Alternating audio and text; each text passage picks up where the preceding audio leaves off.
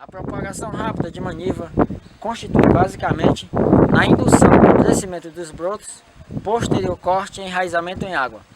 Em pouco tempo, uma maior quantidade estará disponível comparada com o método tradicional. Esta é uma técnica do CIAT, o Centro Internacional de Pesquisa sobre a Agricultura Tropical da Colômbia, indicada pela Embrapa Mandioca e Fruticultura Tropical aos produtores, que inclusive adotamos aqui em Pedro II. Sabemos que a mandioca se propaga de forma vegetativa e em boas condições nós conseguimos 5 sementes por planta, o que é muito baixo, sobretudo no momento atual, onde são inúmeras as possibilidades de uso da mandioca. Aqui no viveiro da Escola Familiar Agrícola Santa Ângela, a gente tem conseguido com a propagação rápida no mínimo 30 vezes, sendo que dependendo da tecnologia empregada você multiplica esse valor por até 200 vezes. As manivas devem ser retiradas de plantas vigorosas e sadias com 10 a 12 meses de idade. Aqui temos uma arte de uma variedade que estamos querendo multiplicar. Observem, não tem a broca, né? É uma muda que realmente está ideal para plantio. Nós começamos o plantio com o seguinte, com o corte das gemas, né? Esse corte inclusive pode ser feito de várias formas. No nosso caso aqui, nós estamos utilizando uma serra manual, mas depende também das condições do produtor.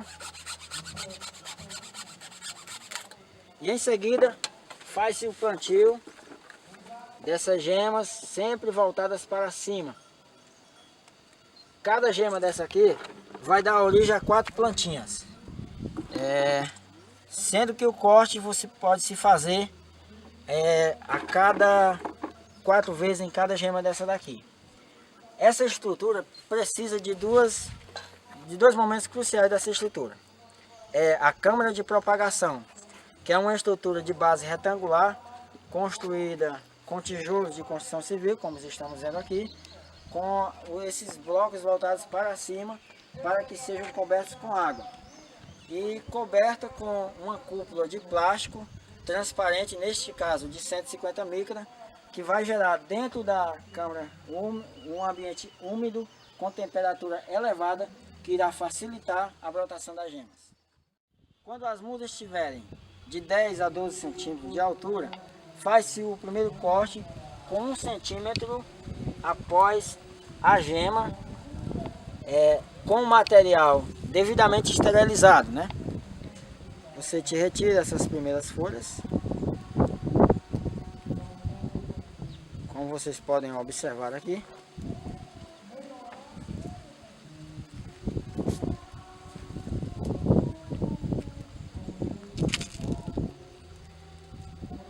E pode ser colocada em copos de vidro ou plástico com água fervida, trocada de 2 em 2 dias.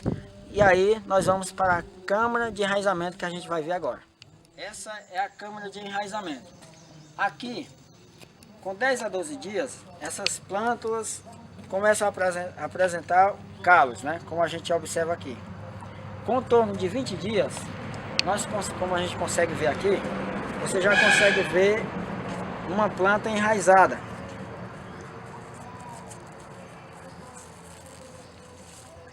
Já prontas para plantio, o que a gente vai fazer aqui agora. Aqui eu tenho a colaboração do Jefferson, aluno do 3º ano de agroindústria da Escola Agrícola.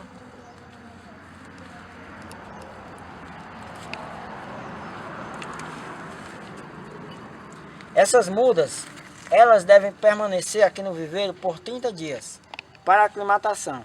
Logo após, elas devem ser levadas para o campo, plantadas e mantidas sob regime de irrigação.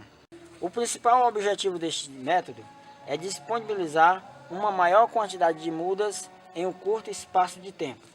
Aqui em Pedro II trabalhamos com variedade de mandioca mansa, identificando aquelas com maior potencial para a produção de ração animal e aquelas que têm maior palatabilidade e aceitação na mesa.